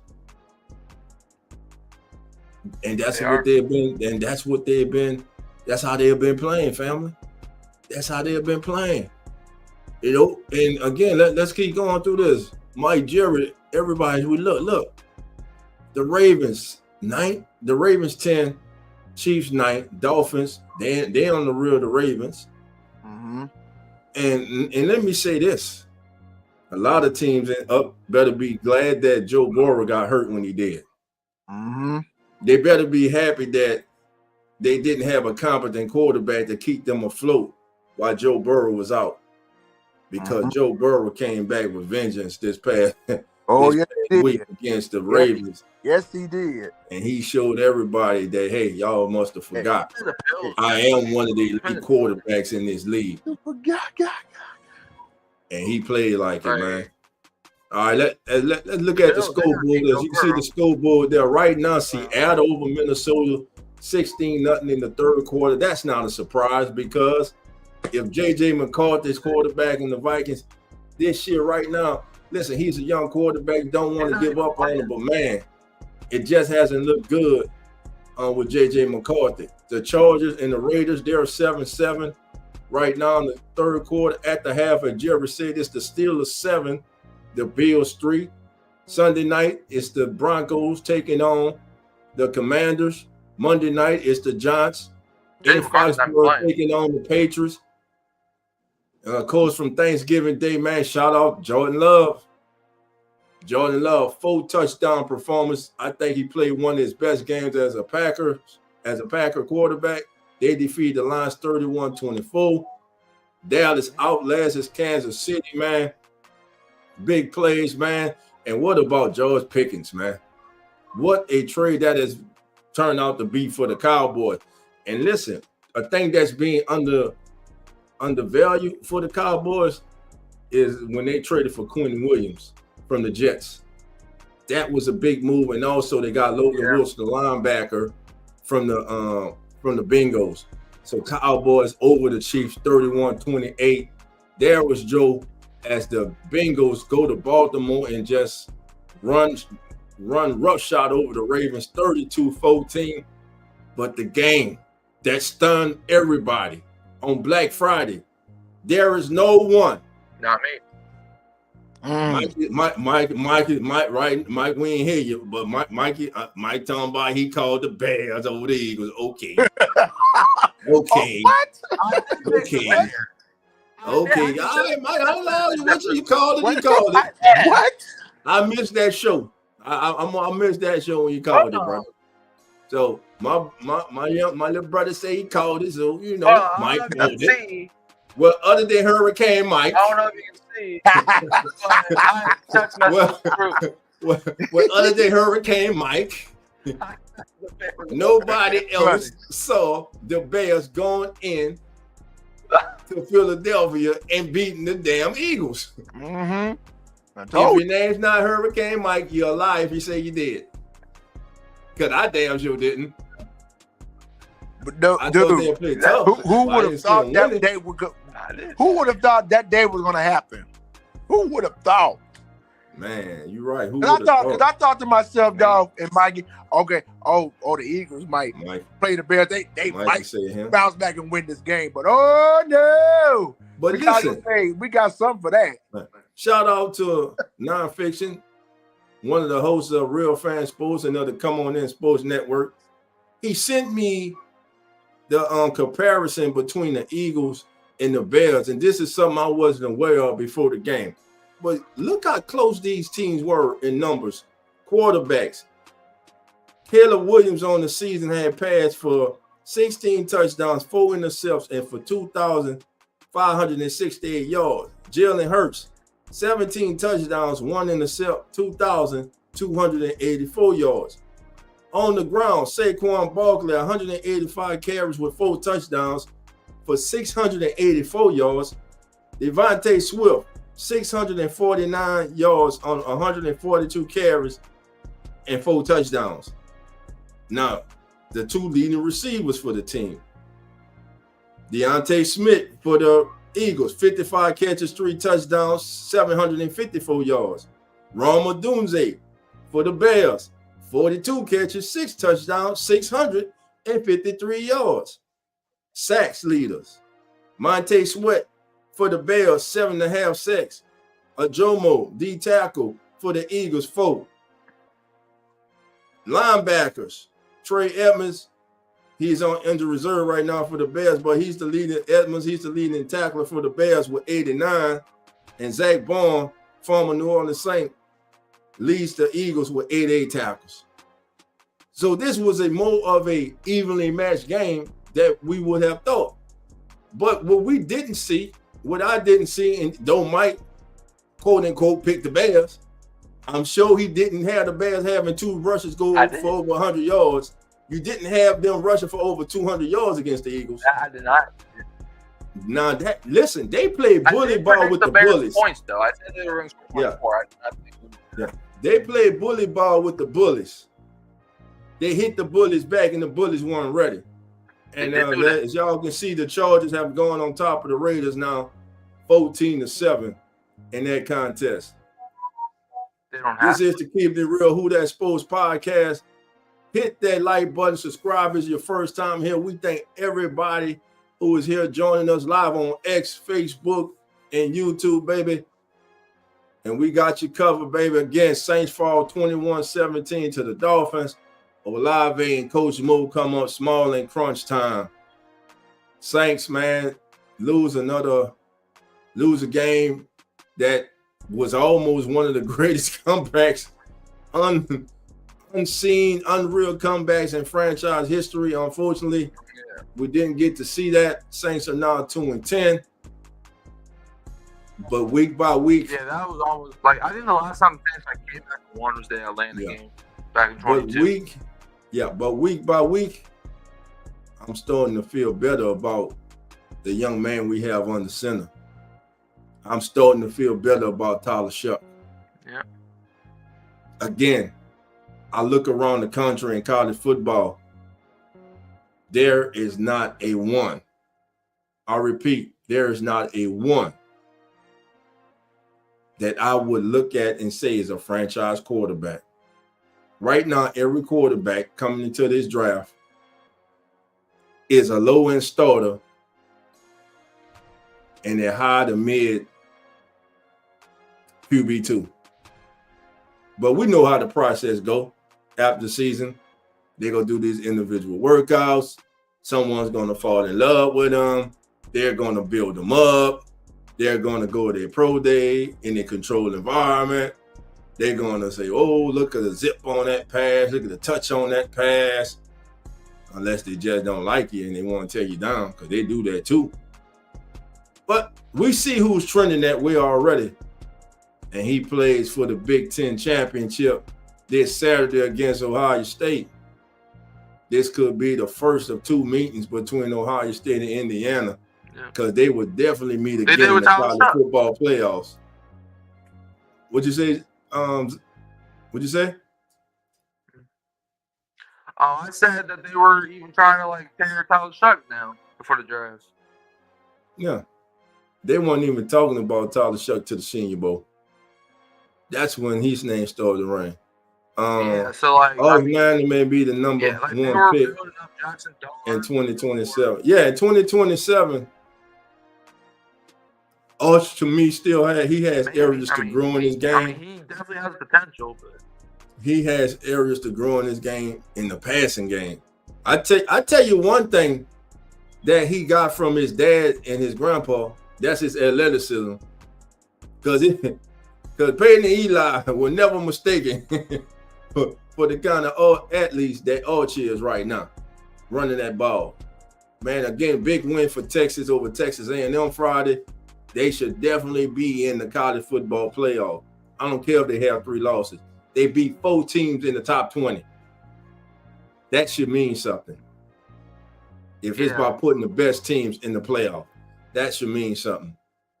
Pammy has saying her game balls go to Valet and Smith, man. Shout out to Charlie Smith, man, making his first career start in the National Football League. His first kick is 56 yards. Nailed it. Then kicks a perfect onside kick. Easy one. It was perfect, man. So listen, family, I want to thank everybody for joining us for this kickback, man. Saints fall. Saints fall. Saints fall. Saints fall. We fall to the Dolphins 21-17. We're now 2-10. This rebuild is real, family. We got 5 games left in the season. Well, would the New Orleans Saints be picking in 2026? Remember, we still have to play the Jets and the Tennessee Titans. The Saints can be picking either first, second, or third in this year's draft. It's a real strong possibility of that happening. So, Mike, before we close out, man, I'm going to give your final thoughts, man. Final thoughts, Mike. I mean, it sucks to come out losing games. Yeah, well, I mean, it sucks losing games. However, we came out knowing one thing. Tyler Shuck can play at the high level. Okay. Maybe he's not like a game changer. Like, you could probably make that argument that he's not like a game changer, but he can elevate guys. Like the thing with Spencer Rattler, and I hate to bring him up in a time like this, but the thing that he was not elevating guys. Like when we were down big, we would, like, you remember that Seattle game? We were down 21-0 and we lost it. Like, and the thing with the Saints today, what they at least showed is that they can win games. If you build around Tyler Shuck, you can maybe even compete for the division as early as like maybe next year, or well, probably not next year, but they can compete for this division. Because who in the division is scaring you, being like, oh, they're gonna run away with the division for years to come? I'll tell you, no one. Tampa Bay, they have 7 wins. Carolina has 7 wins. It's not like a team this division has like 10 wins right now trying to build like a freaking dynasty. Like, you can compete with these guys if you build around your young QB, Tyler Shuck. And Aaron Rodgers fumbled the ball and they'll score a touchdown. That's just great. But yeah, like the Saints, Tyler Shuck, he can be a guy that can lead a. All right, Hurricane. Yeah, Mike? Okay. You freezing up a little bit. Okay. All right, we gonna get out of here, Mike. Cause you freezing up. We about to get out of here. Yeah, you still? Yeah, I'm here. You here now? Okay, yeah. Well, There you yeah, go. yeah. Well, you finished? Go ahead, finish your Like I thoughts. said, I think Tyler. All right, well, it was like the last thing I was even going to say. Tyler Shuck is, in my eyes, if you build the right team, he can win you a Super Bowl. I'll tell you that right now. And I'm going to end it on that. What was Kellen thinking on that final play call? Wrong call. I know we needed a yard. Could have came out, could have gave your team a better opportunity than that. To me, that was a low percentage play. But I might be wrong. But with that being said, family, thank you all for joining us for the kickback. This has been the Keeping It Real Who That Sports podcast. And remember, family, love and who that. And we out. Enjoy the rest of your Sunday, family. Dang, it's time to go back to work Monday. Yeah, we back, baby. Keeping it real, Who That Sports Pod. Dolph Jackson, Coach Rock, presented by the Come On In Sports Network. Who That Nation, how you doing? Come on in. Take a seat, it's all good, you're amongst friends. Breaking news, interviews, Saints Juice. Open lines up just for you. 9 War, 10 War, where you at? 12 War, 15, where you at? 3rd War, 17, where you at? 9th War, all the way in the back. Uptown, baby, downtown, baby. Everybody represent black and gold, baby. Uptown, baby, downtown, baby. Everybody represent black and gold, baby.